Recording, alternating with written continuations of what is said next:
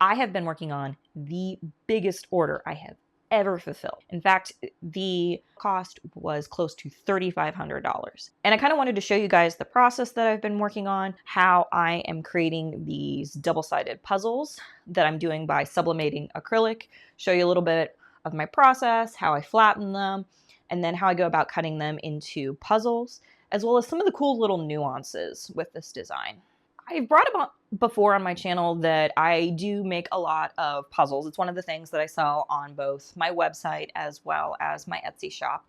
And they're custom acrylic puzzles. So I actually sublimate whatever design people want onto the puzzles, flatten the acrylic, then cut them out in a puzzle design. And a lot of times I'm, selling maybe just some orders here and there. A lot of times it's like surprise puzzles for things. Like the number of vacations that I've helped reveal has been kind of entertaining. But what's also interesting is that every year since I've started, I have coordinated a larger bulk order for a company. Like for some reason, the acrylic puzzles seem to attract their attention for either a new logo design reveal or a project that's maybe being done for schools or things like that. And that's what this project is. So back in August, I worked with a company called Hudson Alpha, and they are creating these puzzles that teach kids how DNA works. Now, this is elementary level. So the idea to do a quick, recap of high school science, DNA is a sequence of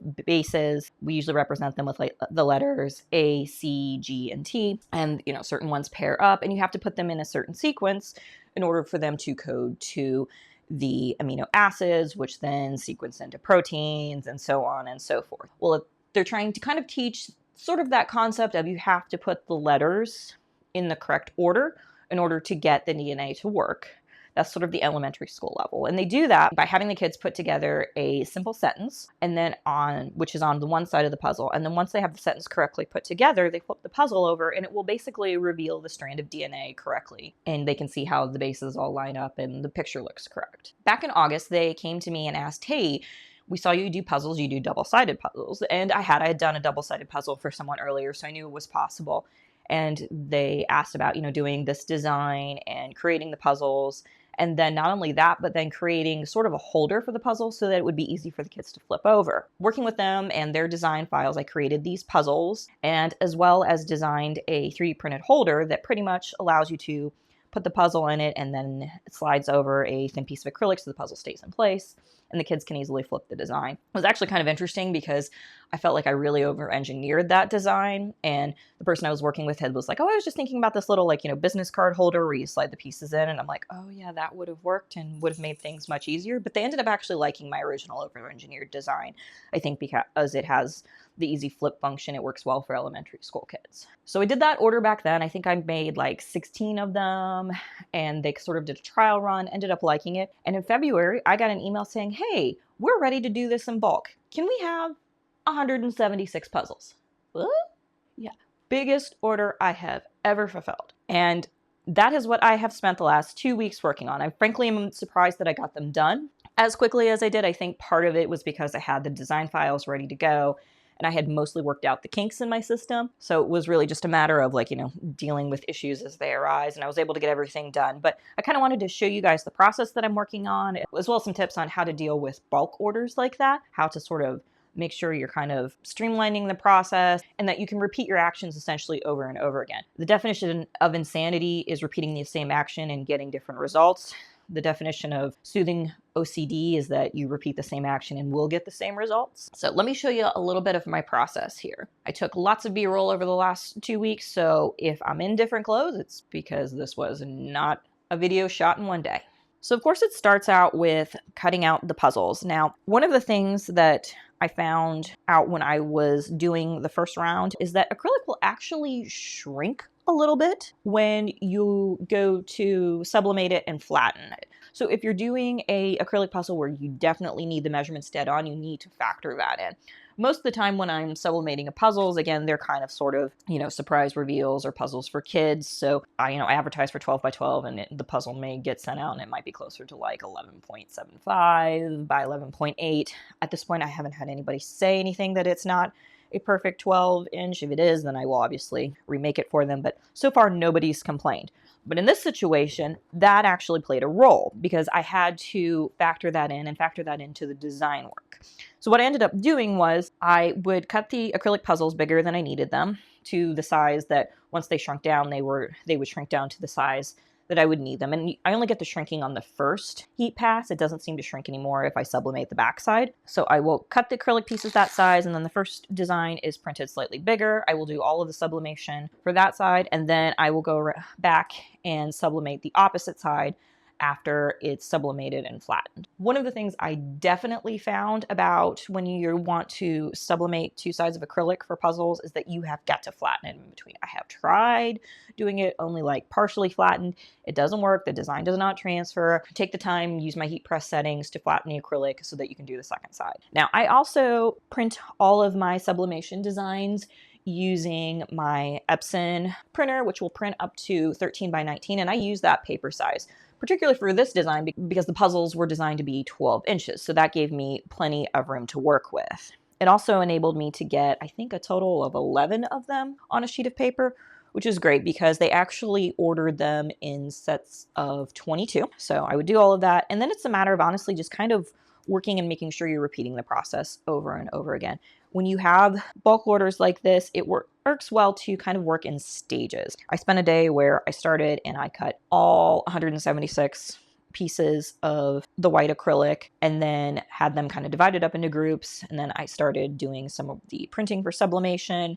I usually would print the sheets that I needed, that day or the night before, and then I would basically go through, slice them up, and apply them to the acrylic. Make sure anytime that you're applying sublimation to acrylic, you take the time to wipe all of the pieces with like a piece of alcohol. This helps really more than anything, not only to make sure the design gets transferred cleanly, there's nothing on the piece of acrylic, but also will help with the removal of the paper process later on. I find between that and the A-sub paper I use, I'm not dealing with much in the way of paper residue. It's minimal and just requires a simple wash to get off. And I sublimate my acrylic at 390 degrees Fahrenheit for 90 seconds. That seems to be the sweet spot. I get them out and I always stick them for a quick flattening cycle between two large ceramic tiles, and then I stick a large flat weight on it. This is just sort of a initial flattening process. It's not my final process. It will not get them to that perfectly flat stage, but it'll at least help to prevent any serious curling, lets them settle a little bit before I peel it, and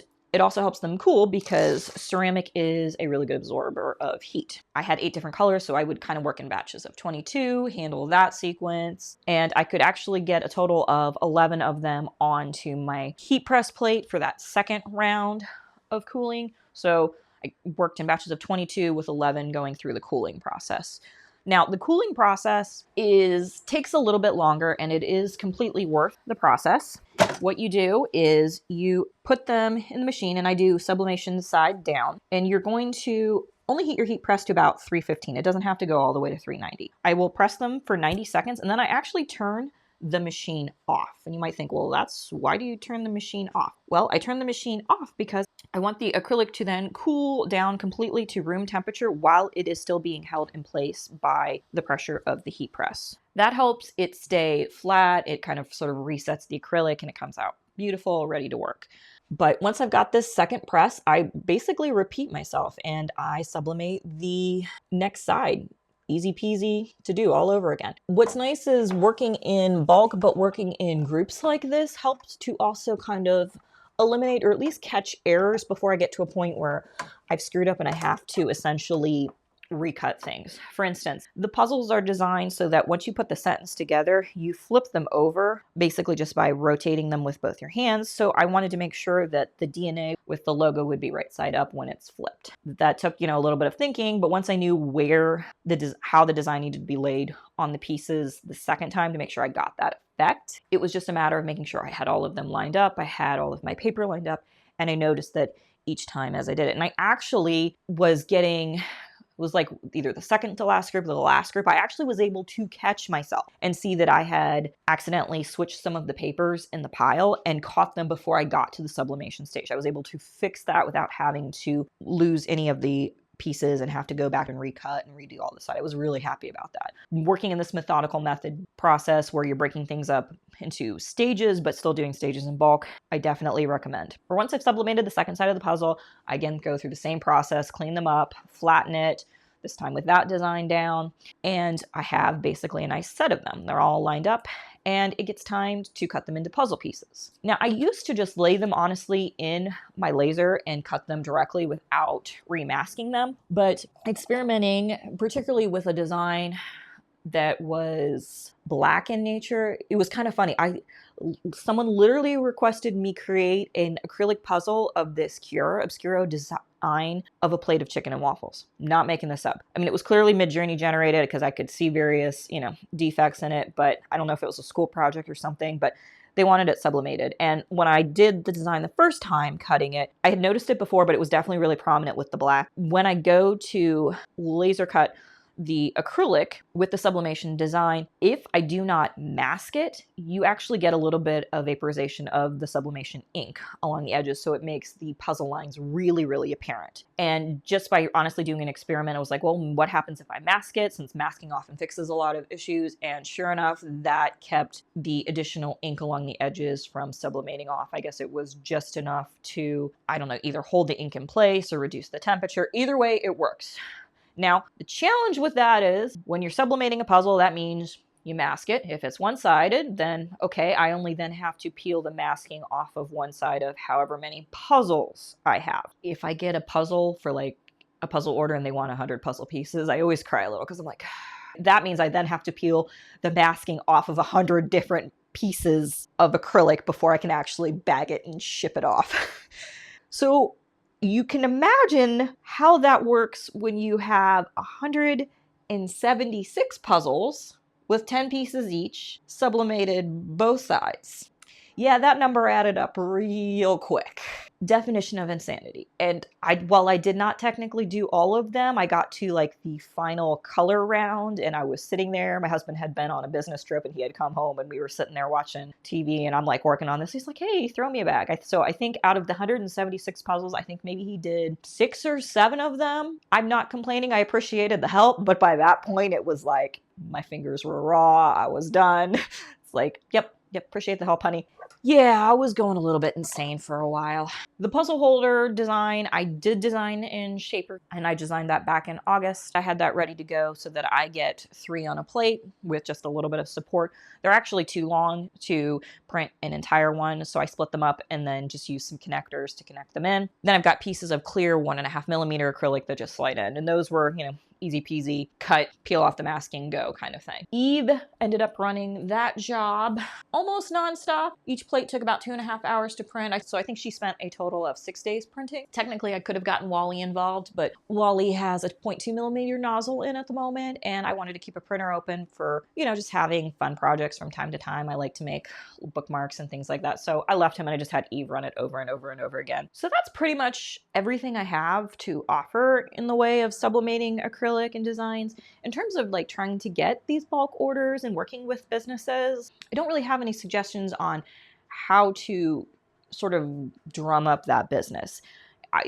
Both companies that I've worked for to do things like this in the past, they found me on Etsy, or potentially, I know at least with the first one, it was an offsite Etsy ad. So obviously my SEO was good enough that it was attracting companies and I got myself out there. But it is nice to know that bigger companies are at least looking at small makers and wanting to partner with small businesses. I definitely appreciate that. One of the things I also really enjoyed about doing this project is that I am creating an item that is actually teaching kids science. Like, I am all about being able to help kids learn, science as well as STEM stuff and art stuff. STEAM is how my school puts it. And I think it's important, honestly, to consider art as part of the, science, technology, engineering, and math program, because that is kind of what I'm doing here. Like, this is science, this is technology, this is engineering, but this is engineering from sort of the art designer perspective. Like, I come from that school of thought, and being able to, create this project and have it go back to kids and think, oh, this is, really cool. I'm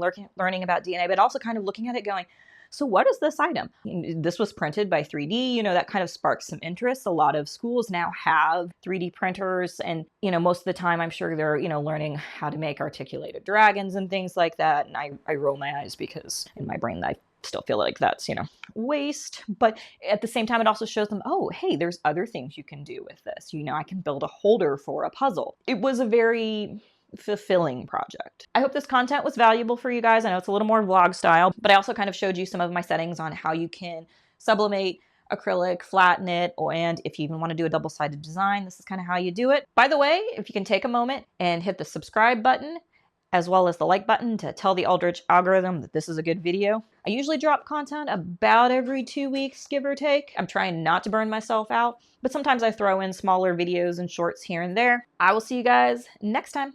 Bye.